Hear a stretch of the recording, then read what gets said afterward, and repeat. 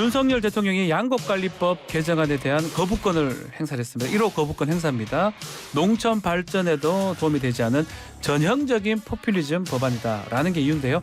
국민의힘에서는 농민들을 더욱 어렵게 할 농가 파탄법이다라고 주장도 하고 있습니다.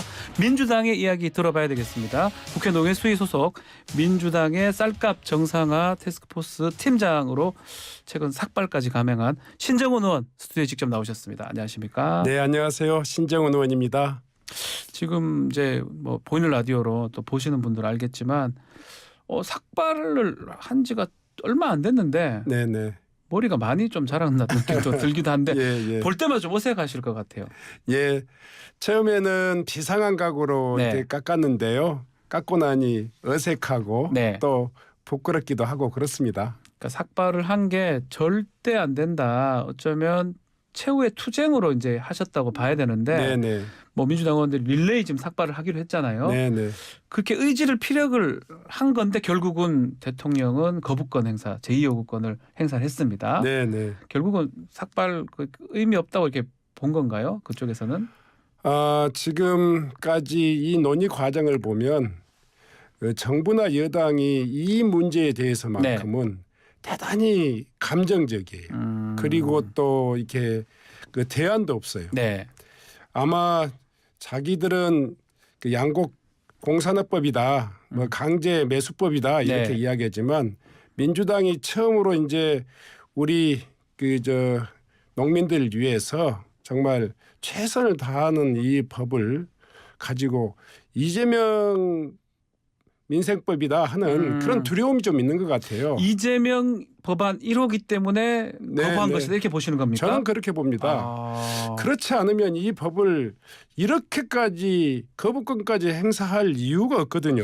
그러면 좀 지금 대통령실 입장이나 국민의힘 입장을 좀 다시 말씀을 드려보면 네네. 농업하고 농촌 발전에 전혀 도움이 되지 않는 전형적인 포퓰리즘 법안이다라고 하고요. 대통령실에서는. 네네. 또 국민의힘에서는 이 남는 쌀을 강제 매수하는 법이다. 이렇게 얘기를 하는데 그 부분은 어떻게 봐야 되는 겁니까? 그렇지 않습니다. 아하. 농촌 실정을 가장 잘하는 제가 또 민주당이 농민들 망하는 법을 만들겠습니까? 전남 나주 그렇죠. 그쪽이죠. 지역구가. 예.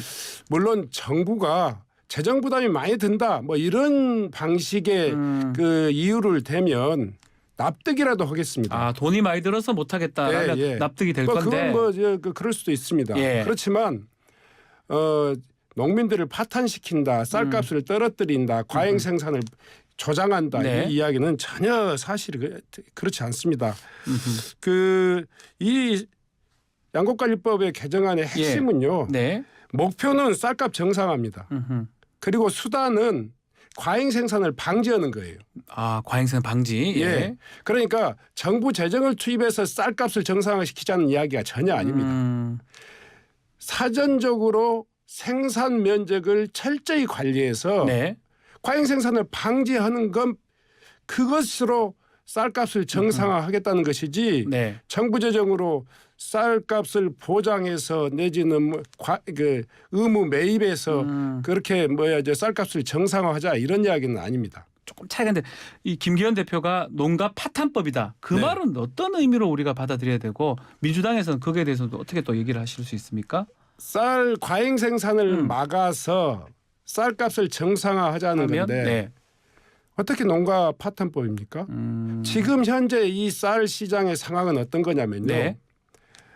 그 현재도 평년장만 돼도 20만 톤이 과잉이라는 겁니다. 남아도니까. 이 남아도는 쌀 때문에 쌀값이 폭락하는 것은 뭐 불을 보듯 뻔한 일이고 많으면 당연히 값이 떨어지니까. 매년 12만 원, 15만 원, 21만 원. 그러니까 문재인 정부 때는 21만 원 쌀값이요.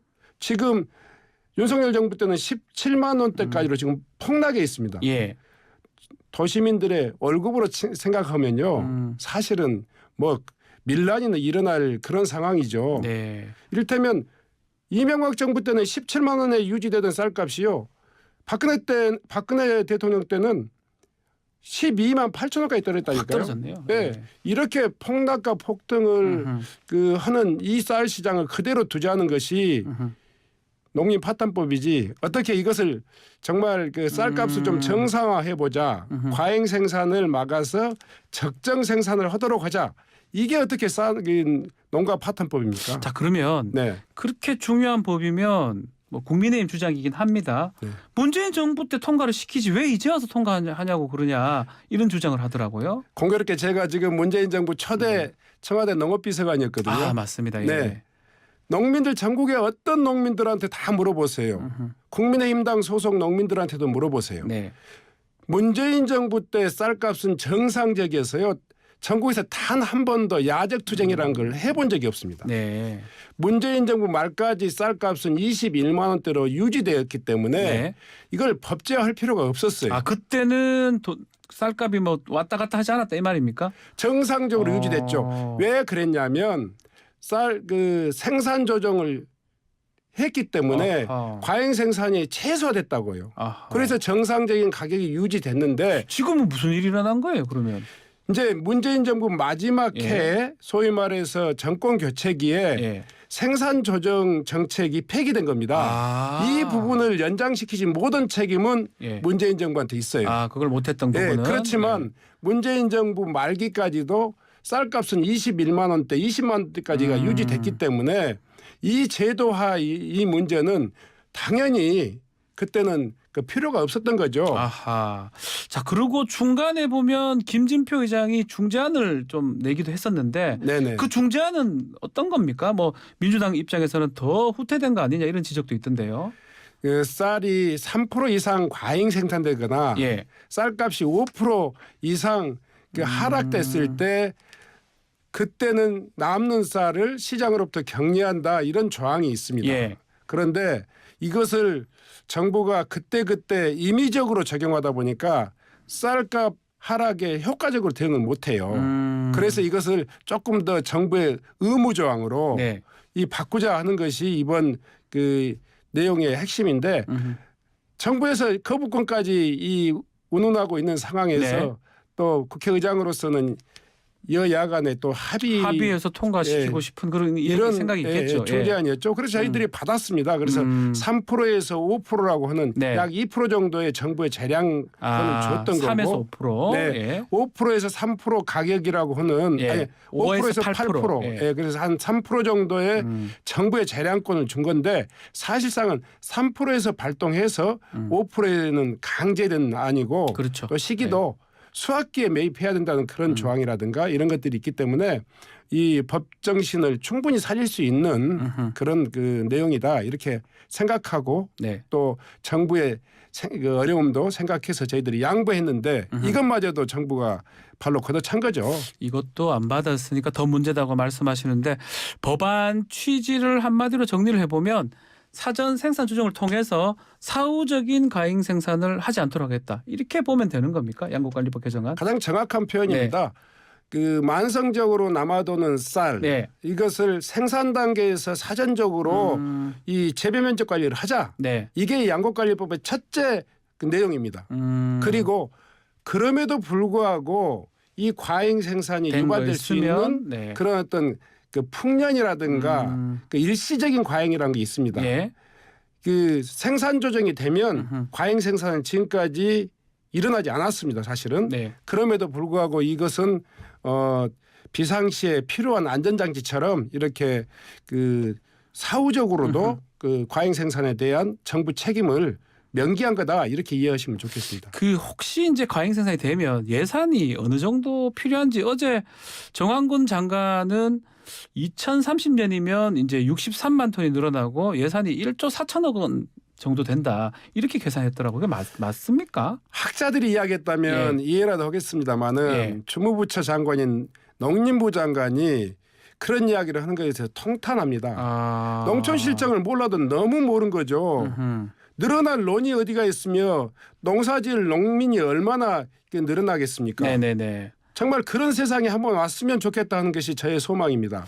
실제로 지금 쌀 재배 면적은 매년 5천 헥타 내외에서 좀 감소하고 있습니다. 감소하는데 한 번도 그 그래프가 바뀌어 본 적이 없어요. 네. 쌀값이 높다고 쌀 재배 농가들이 늘어난 거라든가 쌀값이 떨어진다고 쌀 생산량이 줄어든다든가 이런 게 없다고요. 네. 실제로 매년 면적이 줄어들고 있는데 음흠. 정황근 장관 60만 톤이 늘어날 거다 그러면 네. 재배 면적으로 보면 15만 헥타가 늘어난다는 이야기예요. 그게 불가능하다는 말씀이십니까? 불가능한 이야기죠.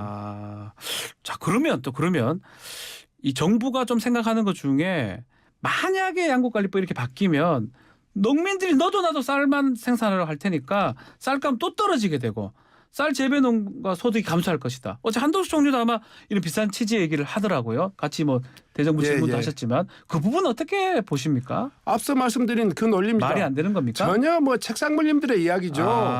소위 말해서 쌀값이 조금 오른다고 이를테면 문재인 정부 때 쌀값이 제일 좋았습니다. 네네. 야적 투쟁도 안 했잖아요. 음흠. 그런데도 불구하고 재배 면적은 계속적으로 줄었습니다. 이를테면 박근혜 정부 때 쌀값이 최악이었습니다. 예. 12만 8천 원대까지 떨어졌는데도 불구하고 재배 면적은 그대로 그 경향성을 유지했다고요. 그렇기 때문에 정말 이 쌀 시장 경기 의무화가 예. 쌀 생산을 막 부추길 것이다. 그런데 제발 그런 세상 꼭 한번 왔으면 좋겠어요. 왔으면 좋겠는데 올 가능성 거의 없다 이 말씀을 전혀 없습니다. 전혀 없다는 거군요. 네네. 한 총리가 그 국가를 위해서 필요한 정책 아니다 이런 얘기를 계속 하던데 글쎄요 그 부분은 어떻게 보십니까? 정말 전형적인 포신으로 보이기도 행정가 출신의 총리가 어제는 대단히 그냥 감정이 격앙돼 있었고요. 이성이 거의 이 좀 흔들리는 그런 모습을 보였는데요. 정말 합리적인 대안과 그 기준을 가지고 좀 토론을 했으면 좋겠어요. 제가 어제 그 대정부 질문에서 제시한 그래프가 있습니다. 네. 박근혜 정부 때의 쌀 정책 그리고 이명박 정부 때의 쌀 정책 네. 그리고 문재인 정부의 쌀 정책이 이 농림부의 그 통계 그래프에 정확히 반영돼 있습니다. 이명박 정부 때는 생산 조정을 했어요. 네. 생산 조정 뭔지 아시죠? 그렇죠. 적정한 재배 면적을 관리하고 남는 재배 면적은 타작물을 심는 거예요. 그렇게 하니까 수요와 공급이 아주 거짓말같이 맞아떨어졌다. 네, 맞아떨어졌어요. 생산 조정을 통해서. 네, 그래서 쌀값이 정상적으로 유지됐죠. 그런데 박근혜 정부 때는 어땠습니까? 생산 조정을 포기했어요. 안 했어요. 그랬더니 거짓말같이 쌀 과잉 생산이 엄청나게 유발돼 가지고 쌀값이 최악으로 떨어진 거죠. 박근혜 정부 때는 떨어졌고요. 네. 그러니까 그 후에 사후적으로 시장 격리를 했는데 그때 비용이요. 네. 이명박 정부의 생산 조정 비용은 연평균 550억이 들었는데 박근혜 정부의 사후적 시장 격리 정책은 평균 그 연평균 소요 예산이 5,500억을 10배 이상 늘었네요. 거의 10배죠. 그러니까 생산 조정을 하면 500억으로 막을 거를 나중에 시장 격리 같은 뭐 강제 매수가 된다 그러면 5천억이 넘는 예산이 든다는 그렇습니다. 겁니까? 소위 말해서 생산 조정으로 소위 말해서 이 뚝을 막을 수 있는데 그것을 방치했다가 그러면 이게 보수 정부 때 이명박 박근혜 때 이 사례가 있으면 지금 농림부나 이 지금 정부에서 모릅니까 이거를? 그 사례를 보고 제가 문재인 정부의 쌀 정책을 세웠죠. 그래서 생산 조정 플러스 이제 매수 이렇게 하신 거잖아요. 생산 조정을 했더니 사실 과잉 생산이 전혀 발생하지 않았어요. 그래서 사후적 시장 격리 비용이 전혀 불필요했던 겁니다. 그렇기 때문에 굳이 문재인 정부나 이재명 대표가 정말 싫더라도 자기 정부 때 했던 좋은 정책을 한번 좀 눈여겨보라는 거예요. 이명박 MB 때 했던 정부 정책이랑 지금 같은 취지인데 왜 안 하느냐 이런 뜻인가요? 그렇습니다. 쌀 문제가 가장 정상적으로 관리됐을 때는 MB 정부와 문재인 정부 이 시기에 생산 조정 정책이 가장 효과적으로 발동한 거다. 재정 낭비는 최소한 거다. 알겠습니다. 지금 지역구가 나주 하순이잖아요. 정말 우리 대한민국 최대의 호남 곡창지대인데 실제 그 농민들 반응도 궁금합니다. 어떻습니까?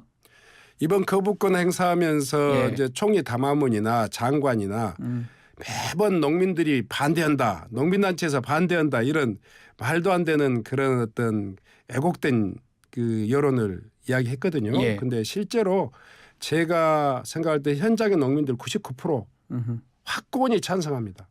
농민단체도 특정 그러니까 관변에서 길들여진 일부 어용적인 그런 단체 그 상층 일부 몇 사람이 그 반대했을지 모르지만 이것은 농민들을 살리는 법이라는 것을 농민들이 모두 공감하고 있어요. 네. 정말 절박하니 원하고 있는 법이다 이렇게 생각합니다. 그러면 지금 전남 지역도 그렇고 또 경북 지역도 농가가 많잖아요. 경남도 많고 충청도도 많고 또 다른 의원님들은 어떻습니까?